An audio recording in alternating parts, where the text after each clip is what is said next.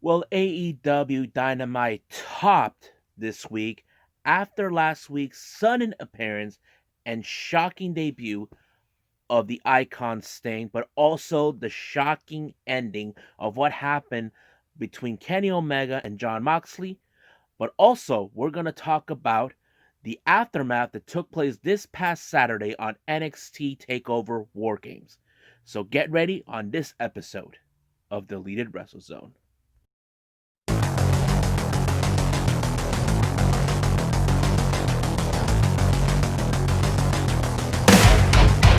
Are you ready? Get up, get up! Get up, get up! Get up, get up! Get up, get up! Get up, get up! Get up, get up!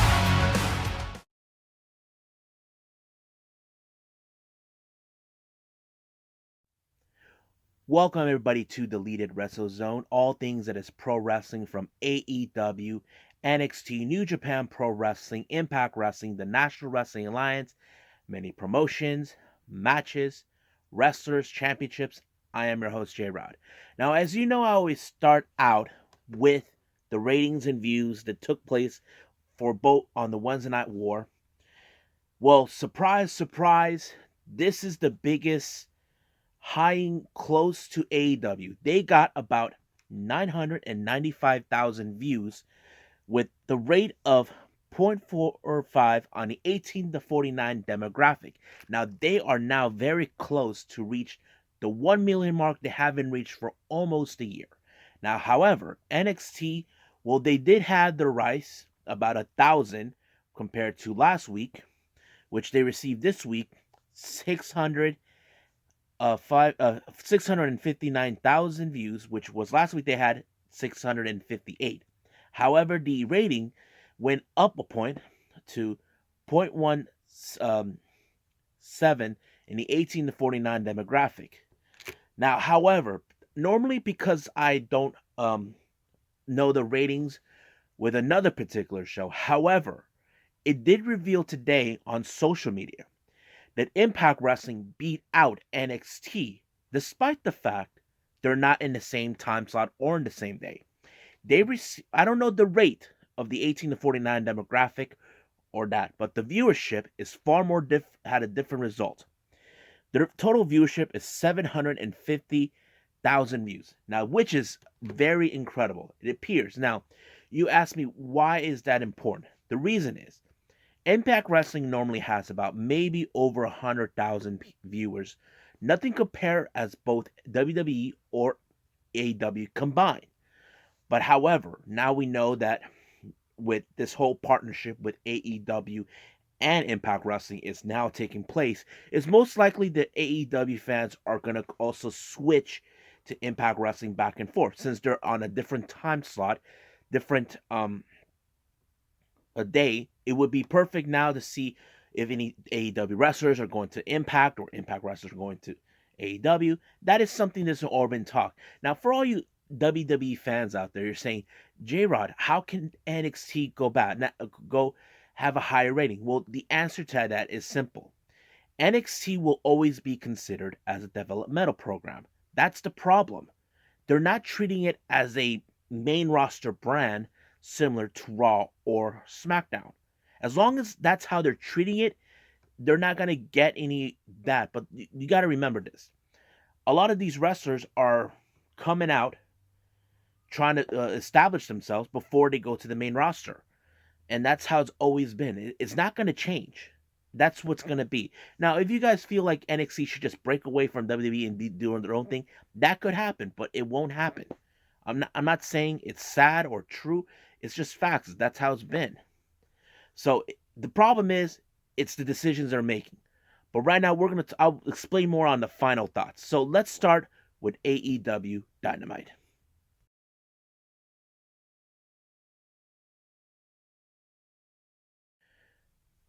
Okay, so we're now here talking about AEW Dynamite. First match was a non-title match between the Hybrid Two, Jack Evans and Angelico, versus the Young Bucks. Now, the stipulation in this match was that if the Hybrid Two the Young Bucks, they get a title shot for the AEW World Tag Team titles. Now, the match was okay, but however, if you have noticed, there's too many spots that they posted on this match. It felt like there's too many high flying spots in every moment. I think that's something that many people not criticize, but more like called out in because that's always been like that. We've been seeing too many spots like this before in the past. I mean, for example, we see now with Private Party, but now they're toning it down a bit. That's what it was in this entire match, which was good. But the best moments happen is when Nick tossed and Jack Evans or Angelico outside the ring to the Acclaim. Now, keep in mind, last week the Acclaim dissed the Bucks until they were ambushed by a Hybrid 2 last week. So that's pretty much what happened. The match ended where the Bucks give Angelico the BTE trigger, allowing them to win. But however, post match, the Acclaim were trying to get even to make a name for themselves to attack the Bucks while they're vulnerable. But however, they were rescued by none other than Frankie Kazarian and Christopher Daniels of SCU. So it's already been announced that next week we're going to see SCU facing off the Acclaim, making their AEW Dynamite debut. So that's going to be an interesting match to watch. Next thing we have is MJF giving a message to Orange Cassidy. As you know, they set up the Dynamite Diamond ring the ring that he won last year in that battle royale that they had. So this was one of those matches that we don't know what it is, but of course MJF, who's a good talker, a good person to say what he says, well, we cannot deny that. Then we have Darby Allin sending a very interesting video package. He goes into one of those psychologists throwing the pictures in his faces where he sees people like Ricky Stark, Hobbs, or Cage or Taz. But one particular picture was none other than the Icon Sting. He had that smile on his face. Now, I know there's a lot of speculations on that, but we'll talk about that in the final thoughts. Now, we get into the ring. We see Tony Schiavone interviewing Cody Rhodes, and of course, alongside with him is his coach, Arn Anderson. But out of nowhere, here comes Sting, who graces his presence as always. His presence has raised the bar a little bit more for the casual wrestling fans from what others are saying at this point. If you know who Sting is, then that's why you're watching AEW, because you like to see Sting. Me, I have been a Sting fan since I was a kid during the Surfer era time. Now, the best part happened is when Arn Anderson actually got closer, telling him, just want to make sure you're real, and I know you have an agenda. So he tells Cody that he has an agenda, so he walks away. And then Tony Schiavone was about to do the same thing. And of course, Sting told Tony Schiavone, he gave him a big hug, that want to do another of those, it's Sting, which he did. But however, the real question is, during this whole time, when Sting made his appearance a week ago, what's his intentions? Like, we do know he is signed with AEW on a multi-year contract. But however, the specifics are still unclear. Now, he did state it to Cody that he's not there for him. But he did state it, there's something familiar about everything. So he looks up to the rafters and or the seating area where Darby Allin is. He points at him. I think he's reminiscence of the era when he was the Crow, when he's been shown up out of nowhere during the time when he transformed into Crow. And of course, there's that. But he did not specify what he's doing. He didn't say, is he going to wrestle? Or is he gonna, but all we do know, he said he's going to be spending a lot of time at AEW, which is, okay, he's starting to say, but I think he just said what it is, but I think what is going on in this picture is he's giving us to guess, like, what is it he's doing? I know there's people saying he should wrestle Chris Jericho or not, but I'll explain more on the final thoughts on that. Now, as this happened, while Sting makes his leave from the ring. Here comes Team Taz, kind of like applauding Sting for what he had to say, and of course, this and that. So they're giving a straight up message to Cody and all this and that, since Taz has a beef with him, knowing that the FTW Championship is not being recognized as a prestige title. So we do know now that his son is now under training with his dad after what Cody did a couple weeks back, saying all this stuff about him. So that is something we are well aware. He had that look in his eyes, like not pleased what's been happening. Now the next match we see the Varsity Blondes, consistent of Brian Pillman and Griff Garrison, finally becoming having a tag team name, also as making their AEW Dynamite appearance for the first time, facing off against the former AEW World Tag Team Champions FTR. Now, I have to say this is a far more better match than the Bucks and Hybrid 2. Now, I'm not being how do I say judge being critical on that. There's only facts because, like I said, the first tag team match was all high spots, too many spots out there. But it was a pretty good match. It kind of showed that they don't need to go fast. And I think the Varsity Blondes in this one kind of showed, yeah, we are now stepping up our game to establish ourselves. So that is something we're seeing. But however, you cannot match the experience that both FTR, Wilder, and Dashwood are, they have. So they won the match completely. Next thing we have is Hangman Page having an interview, but apparently it's already been told that he is set up in a six-man tag team match where he'll be facing Party Hardy, consistent of Private Party, Isaiah, and Mark, along with their mentor and friend, Matt Hardy, facing off against him. However, he does not have any two other guys, but all of a sudden he gets an unlikely, how do I say, offered to give him a helping hand, talking about as these guys from one of the guys from Square Circle Cycle Babel calling them Thing 1 and Thing 2, Alex Reynolds and John Silver, applying themselves to be his tag team partners. Now this is their way of trying to have him join a Dark Order after being kicked out from the Elite. So basically that's what they're doing. Now I don't know what's the purpose of that, but we'll see what happens. So that match will be set on next week's Dynamite. Next match we have is 10 of the Dark Order facing off against Dustin Rhodes. Now this match was set. Dustin has now established himself more. As you know, there is no love lost between the Dark Order and the Nightmare family. So he comes out throwing the best performances he can. And of course, Lee Johnson was right there with him, another member of the Nightmare who trained in a Nightmare Factory. So he picked up the victory. But however, in post-match, Evil Uno comes out extending him that he should join the Dark Order. As you know, Dustin hasn't forgotten what the Dark Order put his family through. I'm talking about his brother Cody. They attacked him just because, he's a public figure and try to prove something.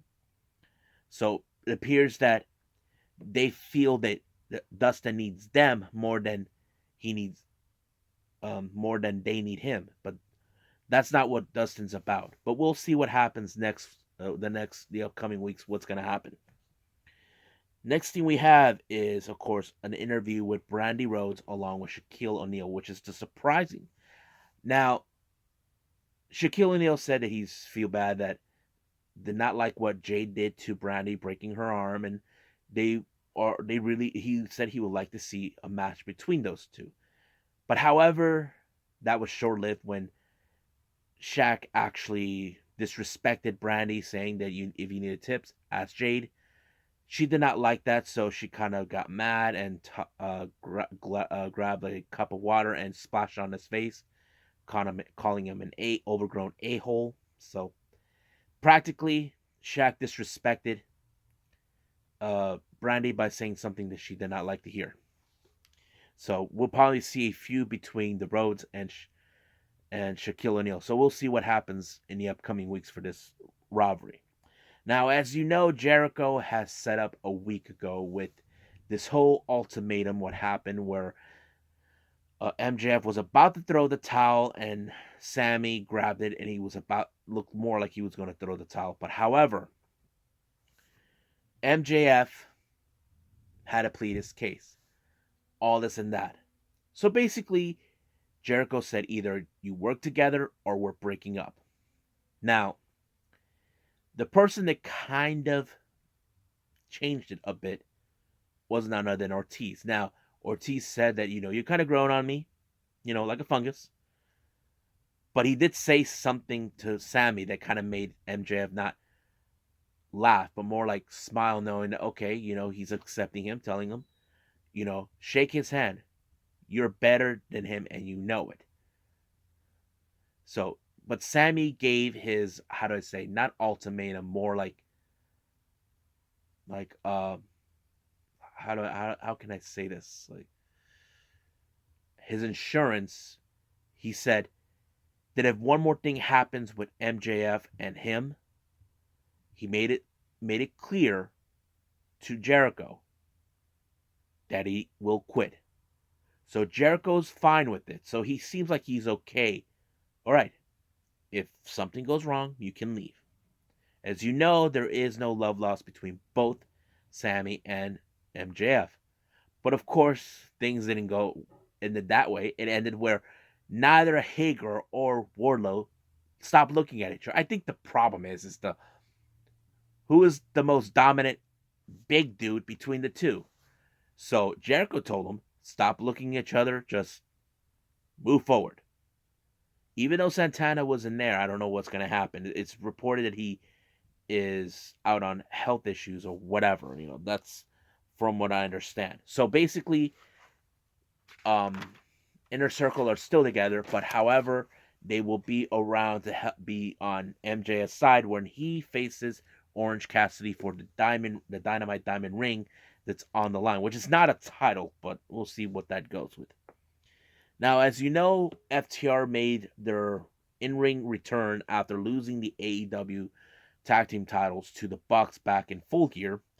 They made it perfect clear that they will make a play for those titles as soon as possible because they feel like they're powerless. Now, however, we still don't know who else wants to get a shot of the titles. We do know they began having a feud as soon as their match was over. Looks like they have a feud may have a feud against Jurassic Express. They have a problem with a guy who's a dinosaur and all that, but we'll see what happens then on.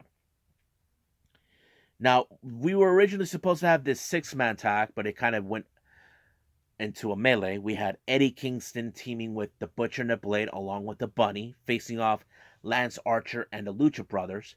Before anything else kept moving forward, the Butcher took out Penta, and it became a handicap on 3-on-2. But the match didn't go exactly in that way, so it ended with Eddie Kingston and the Butcher and the Blade winning. But however, the Murder Hawk was unleashed. And it didn't end it right there.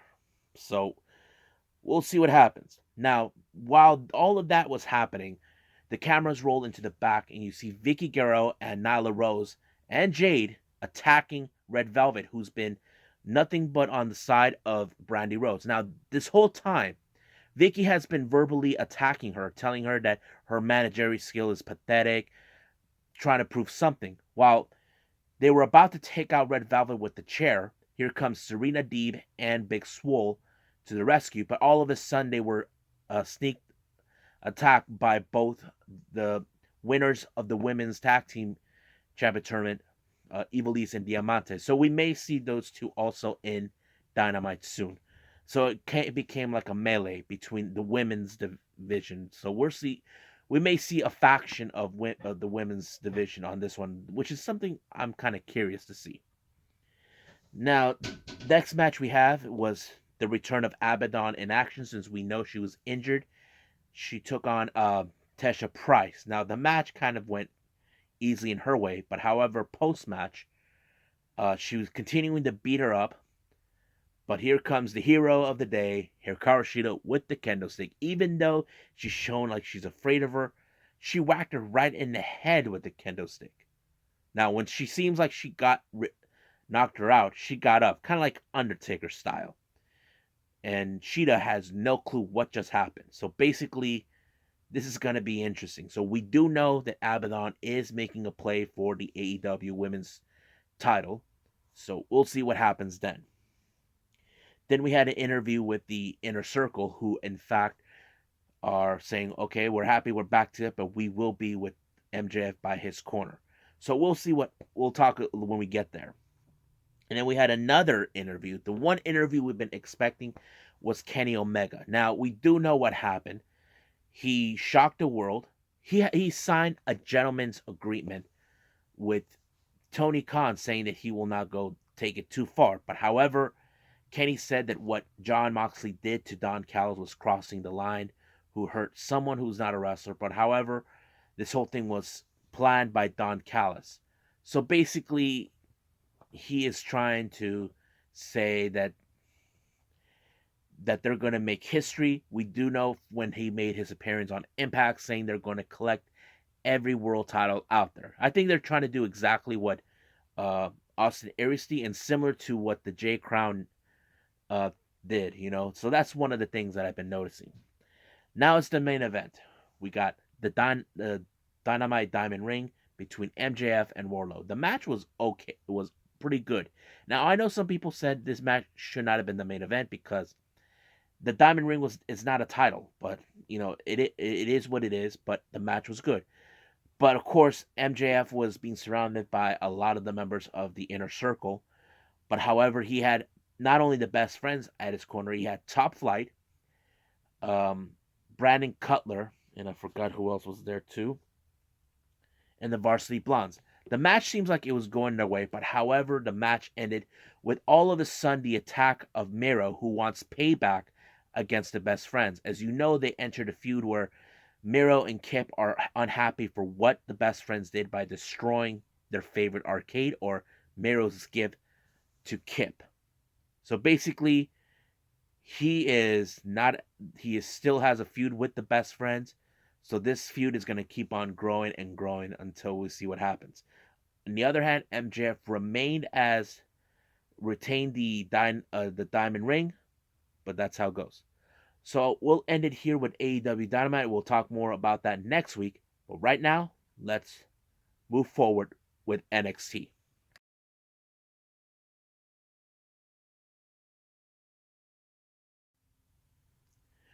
So NXT is now coming out of the aftermath of the NXT Takeover WarGames, which was unbelievably good. Now, the first thing it starts is when Finn Balor makes his return.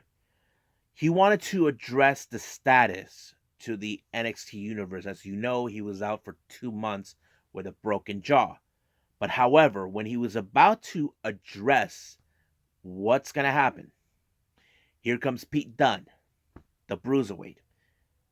Now, it appears that Pete Dunne wants what Finn Balor has, and I'm talking about the NXT Championship.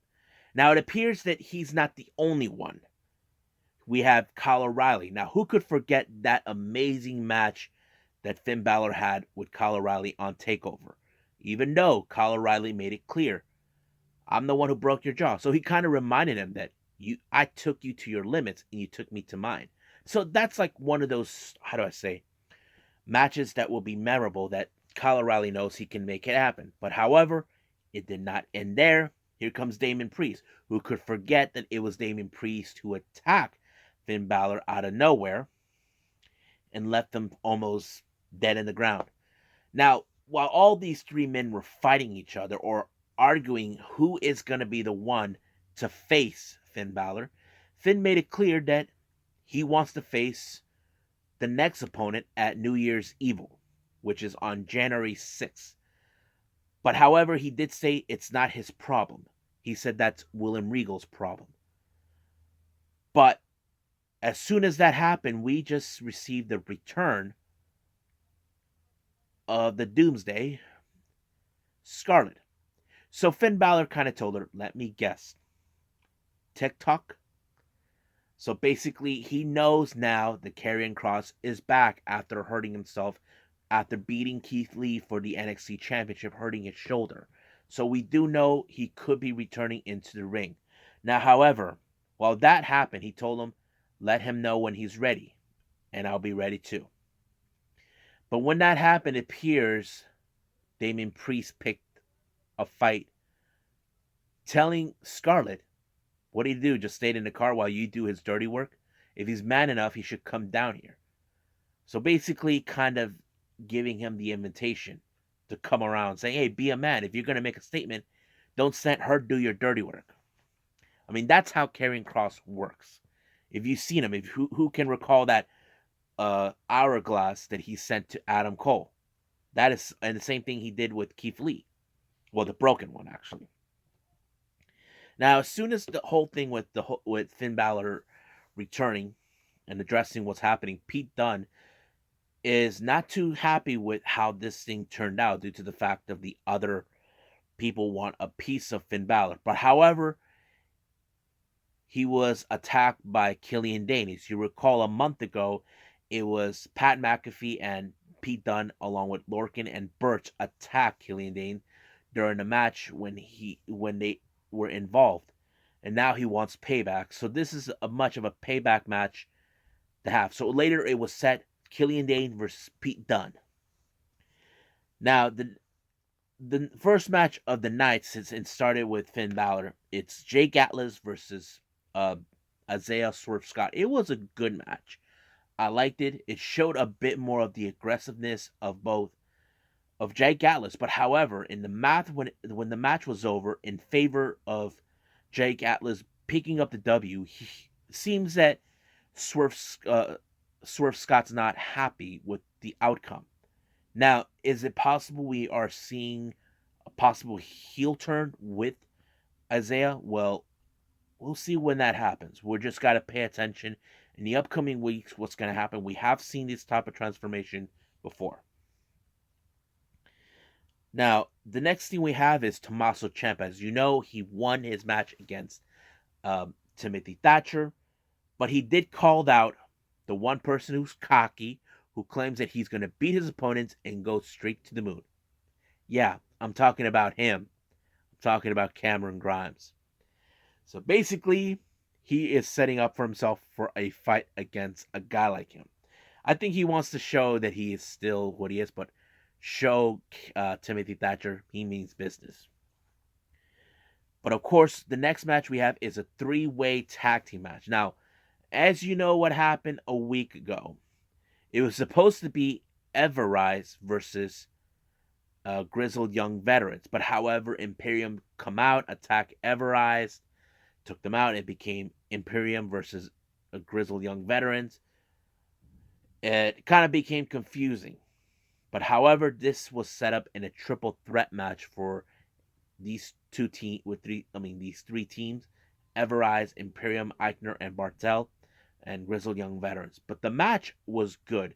But however, it appears this match ended in the favor of Grizzled Young Veterans, who have been determined to be number one contenders to face Lorcan and Burch for the NXT Tag Team titles. Now, I do see that these guys could be the one team that can try to dethrone them. But however, it's Imperium who's not going to let this happen. They're trying to reclaim their dominance, as always. So we'll see what happens. Next thing we have is in the casualty report of what happened at WarGames between both the men's WarGames and the women's WarGames. I have to say it's pretty interesting how they see the casualties, where we saw who got hurt, what broken bone. It's been overtold Dakota Kai is out due to the injury she obtained. Candice LeRae hurt her hand. Bobby Fish hurt himself again. So it's kind of like one of those times where like you just lick your wounds and heal, that type of thing. Which is pretty cool, I have to say. The casualties of war, as people call it. Okay, and I think that's pretty much it. Now the interview we have is with one of the winners of the women's war games. We're talking about Toni Storm. Now, Toni Storm made it perfectly clear that she is there to win the NXT Women's Championship. Now, however, while she's addressing that, here comes the current champion, Io Shirai saying, I don't have a problem with you. I just don't like you. So basically, what happened, she attacked her and they took the fight all the way to the ring. Now, when Io Shirai was about to do the moonsault on Storm, here comes Amber Moon to give her a little payback for what happened weeks ago, betraying her and giving a chance for Io Shirai to pull off the moonsault on her. So basically, people would say, payback's a bitch. So that's what happened.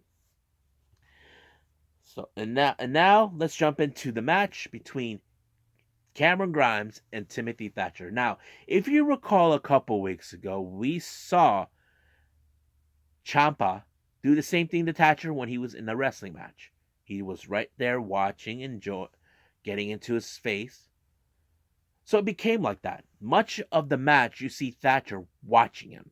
Now, as you know, Thatcher has this mentality where he does not like to lose in any way possible. But however, it kind of went in a way I did not expect. One of Thatcher's students, Tyler Rust, showed up and attacked him, but it did not help um, that to take out Ciampa because he picked up the victory. Now, however, post match, he got face to face with Thatcher, telling him, "You sent him to go." And he says, "I don't know what you're talking about." So Thatcher doesn't know what he's talking about. The one thing I do know is Thatcher, he's not the kind of guy who would send someone to do his dirty work. He likes to do things himself. But of course, after that, Cameron Grimes does not appreciate Thatcher being there. So he tried to get in his face. But of course, Thatcher broke his leg or ankle or whatever it was. So basically, if I was uh, Grimes, I wouldn't be cocky in front of Thatcher. That's the last thing you want to be in.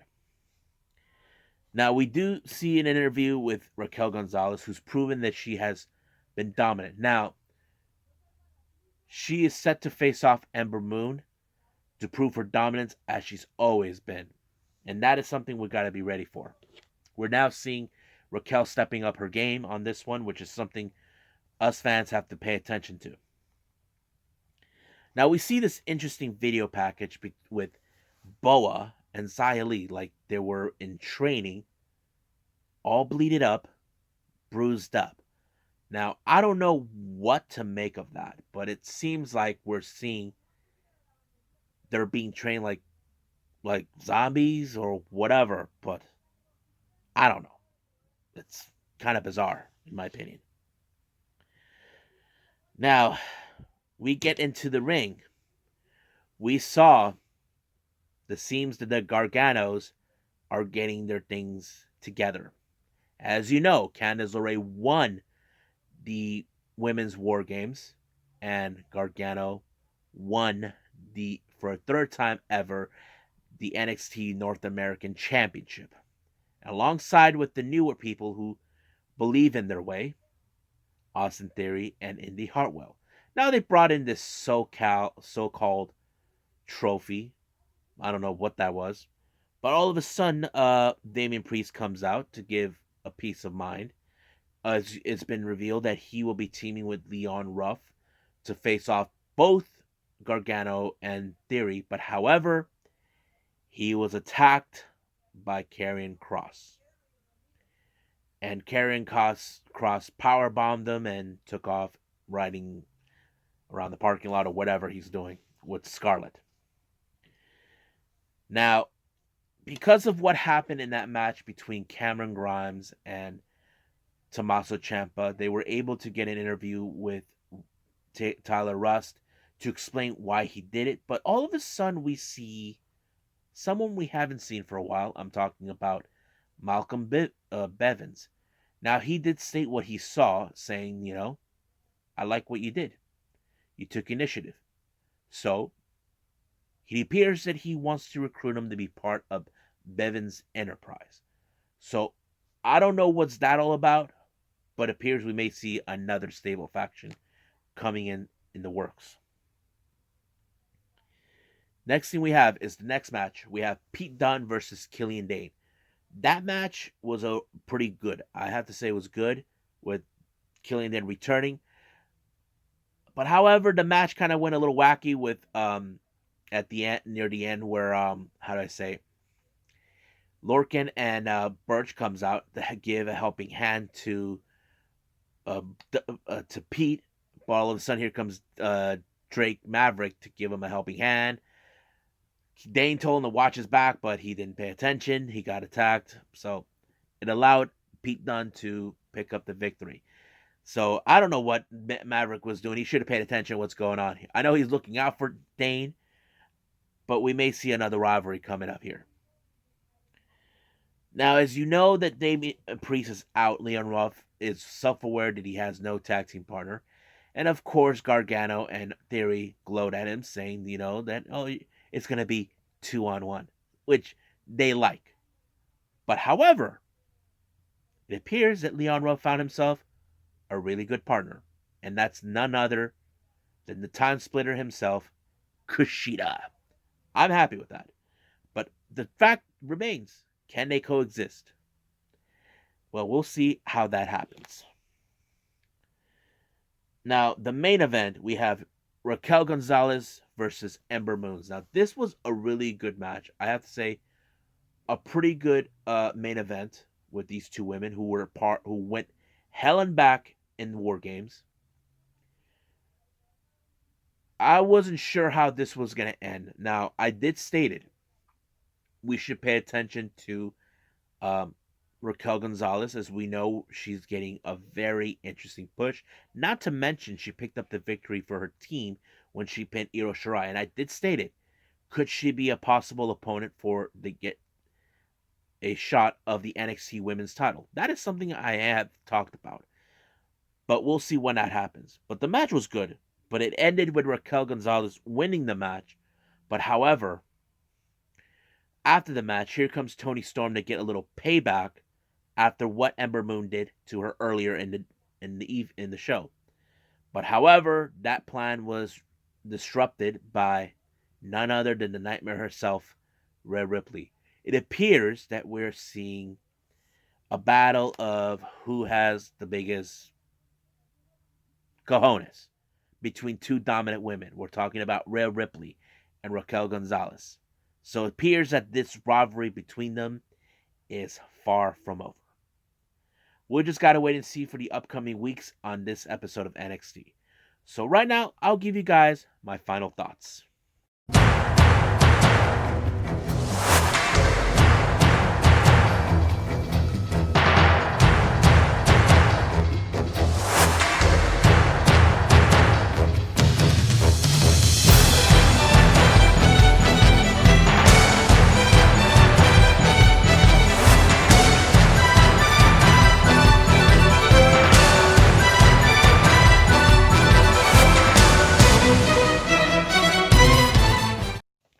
All right, so here's my final thoughts. Now, despite what the ratings are saying that AEW won the Wednesday night this episode of the Wednesday Night War, I have to agree on certain levels. Now, what is it I did like about this show with AEW Dynamite? Other than Sting making his appearance, I did like the match between the Varsity Blondes and FTR.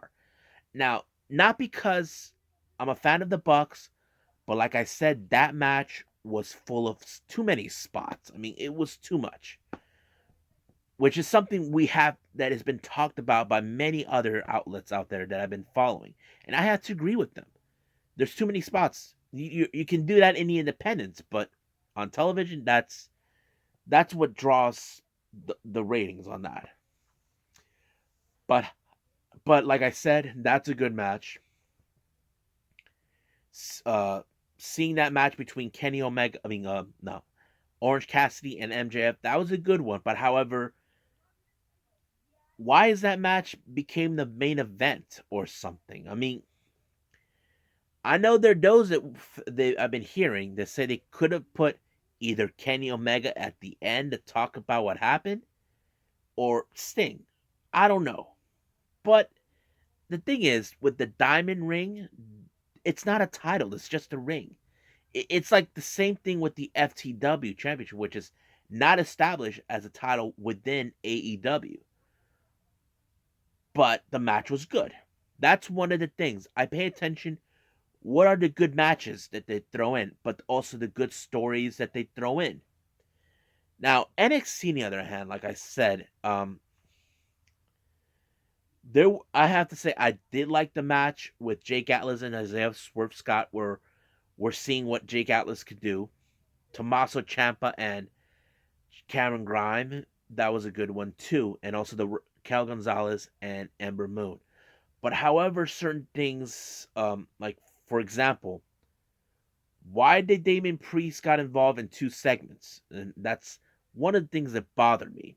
Like, okay, I understand you are now making a play for the NXT Championship, but why did you get yourself involved with Gargano celebrating the fact that he won the North American Championship? That's one of the things that kind of threw me off. But I'm not gonna, how do I say, ignore that. Normally we see someone in the same storyline they're staying. I don't know what they're gonna go, but however, we do know that how do I say that we are expecting to see Karrion Kross returns. I have to say I'm happy for that because I've been a fan of Karrion Kross when he was known as Killer Kross. So I'm excited for that to make that happen. I'm not gonna lie about that. But there's certain things that kind of throw me off a bit. But we'll get to that when we see it. Now, before I end this episode, I must remind everyone, as you know, there's been a time slot change for AEW. They're going to start right after the NBA on certain on 3 days of it. But the recent news came around is when they announced Snoop Dogg is going to make an appearance. Now, it's already been reported today that WWE are not happy with the announcement that Snoop Dogg is going to be in. Now, why is that bad? To the answer to that, it's more like, hey, what are you doing? You're working with us. We have a good working relationship. I mean, when was the last time we saw Snoop Dogg in WWE? We do know that his cousin is Sasha Banks, if you guys are full aware of that. But it appears that AEW are being the one, being another wrestling promotion that are not the only ones who can bring in, how do I say, celebrities into their shows. So that is something that WWE should have seen that one coming when they had the chance. But no, it didn't. Now, before I end it too, I forgot to mention I was going to talk about this for a little bit.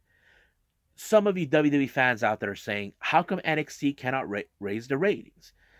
Like I said before, and this was told by the Square Circle Psychobabble, as long as WWE has this brand under their umbrella, it will be in their umbrella no matter what. But however, it's always been considered that NXT is a developmental program, like one of those how to say minor leagues going into the majors, which is Raw and SmackDown. That's what's gonna be. Now, I'm not saying it for saying it, but that's what it's been majority of the time. Now, if you guys have a problem with that, like WWE should step up the game. You should send an email or letter saying, "Hey WWE, step up your game. You're letting AEW win." But the real question is, are they willing to do that? I don't know. So I think that's pretty much it. So stay tuned for the upcoming episodes. I do have Ring of Honor, MLW, NXT UK, 205 Live, in one episode. And then following on, I got the whole New Japan stuff in the same episode. Because we got not only Detonation by New Japan Strong, we also got the finals for Best of the Super Juniors and World Tag League, and of course, the infamous Super J Cup. So I think that's pretty much it that I'm going to cover up. So I must bid all of you guys adieu. So goodbye. Mwah. And have a nice day. Bang!